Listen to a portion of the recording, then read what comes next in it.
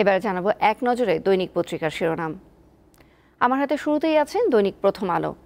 তাদের প্রধান শিরোনামে আছে কেএনএফ এর বিরুদ্ধে যৌথ অভিযান, বান্দরবনে হামলা, গুলি, সশস্ত্র গোষ্ঠীর তৎপরতার কারণে বাংলাদেশ সরকারের সিদ্ধান্ত।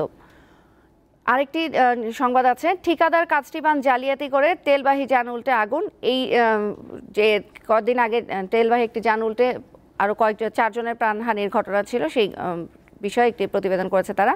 এর বাইরেও আছে সড়কটি অনিয়মে ভরা, 15 মাসে 77 জনের মৃত্যু। এই যে তেলবাহী ট্রাক উল্টে যে দুর্ঘটনা ঘটেছে সেই সড়কটি নিয়ে প্রতিবেদন করেছে তারা। এরপরে আছে দৈনিক ইত্তেফাক। তাদের প্রধান শিরোনামেও আছে কেএনএফ এর খবরটি। কেএনএফ এর বিরুদ্ধে যৌথ অভিযান শুরু, অংশ নেবে সেনাবাহিনী, বিজিবি, র্যাব, পুলিশ। আরও আছে ফেনীতে ট্রাককে ট্রেনের ধাক্কা, 6 জন নিহত।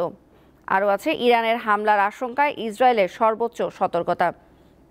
এর বাইরেও আছে ঈদের আগে ডাকাতির ঘটনায় পুলিশের সতর্কতা জারি, সারা দেশে আর্থিক প্রতিষ্ঠান সহ গুরুত্বপূর্ণ স্থাপনায় নজরদারি।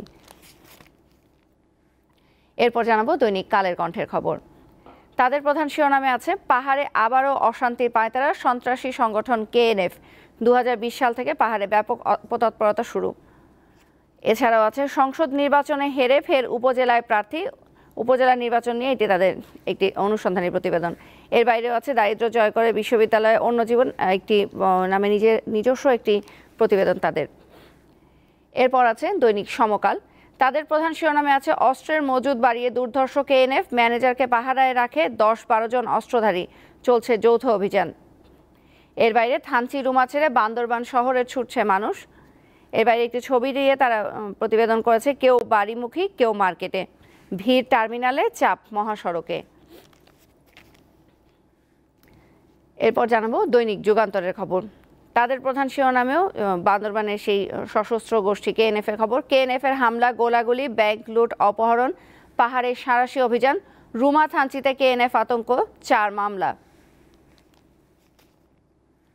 এরপরে আছে দৈনিক বণিক বার্তা। তাদের প্রধান শিরোনামে আছে চলতি অর্থবছরে বিপিসির নিট মুনাফা হতে পারে প্রায় 4000 কোটি টাকা।